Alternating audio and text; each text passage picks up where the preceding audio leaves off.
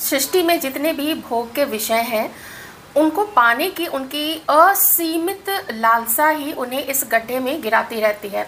भोग के विषय अलग अलग होते हैं, संपत्ति है, उनका शरीर है, सुख के अन्य साधन है, भोजन है, या उनकी प्रवृत्ति स्वयं को औरों से ज़्यादा बड़ा मानने की, ये सब विषय होते हैं। ऐसे और भी अनेकों सहस्रों विषय हैं। तो इन विषयों में ही वो व्यक्ति उलझे रहते हैं और उन्हीं को वो सच मानते हैं, उन्हीं को सत्य मानते हैं। एक और गुण है जो आसुरी प्रवृत्ति वाले लोगों के अंदर में देखी जाती है कि वो ईश्वर की सत्ता को नहीं मानते हैं। ईश्वर है ही नहीं। अगर वो मानते भी हैं तो ईश्वर के साकार स्वरूप को मानते हैं, जो वो तस्वीर में देखते हैं या जो वो कहीं और देखते हैं।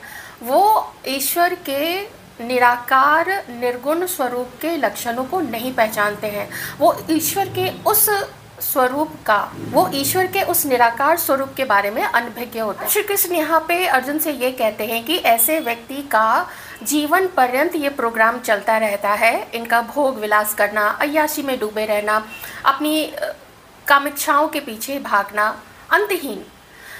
एक और चीज़ है कि ऐसे व्यक्ति को सरल व्यक्ति पसंद नहीं आते हैं। ऐसे व्यक्ति को वो व्यक्ति बिल्कुल पसंद नहीं आएंगे जो सरल है, जो सीधा साधा है, सीधी सादी बातें करता है, छल कपट नहीं करता है, संतुष्ट रहता है, जितना भी ईश्वर ने दिया है उसी में वो मस्त रहता है, एकदम खुश रहता है।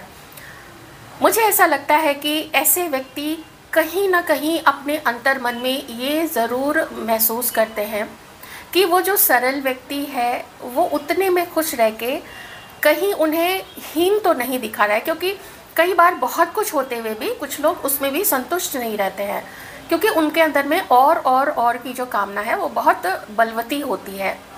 तो ऐसे में मुझे ऐसा महसूस होता है यहाँ पे कि एक सरल व्यक्ति को देख के ना, जो ऐसे आसुरी प्रवृत्ति वाले जो लोग होते हैं, या कह लीजिए कि जो बहुत ज़्यादा इन मोह माया के पीछे भागते हैं, तो वो उनके अंदर में ये चीज़ उनको कचोटती है कि मैं इतना सरल क्यों नहीं हूँ, मैं इतना संतुष्ट क्यों नहीं हूँ, थोड़े में ही मैं संतुष्ट क्यों नहीं हूँ। कितने सरल शब्दों में अर्जुन को समझा दिया व्यक्ति के अंदर जो दैवीय गुण होते हैं और जो राक्षसी गुण होते हैं उनके क्या लक्षण हैं। कृष्ण ये नहीं कह रहे हैं कि सबके अंदर में ये 100% या तो दैवीय ही गुण हो या तो 100% सिर्फ आसुरी गुण हो।